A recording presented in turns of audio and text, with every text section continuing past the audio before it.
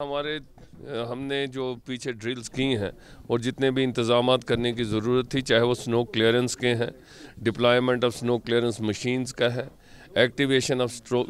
Control rooms का है, district level पे और श्रीनगर सेंट्रल लेवल पे, या उसको मॉनिटरिंग करने का है, टीम्स का है, SDRF की, स्नो हाई रिस्क जोन्स हैं जहाँ पे एवलांचेस आने वगैरह का ख़तरा है, उन सब को नोटिफाई किया गया और सारे इंतज़ामात ऑलरेडी कर दिए गए हैं।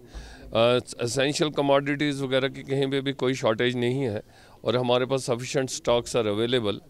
To meet any kind of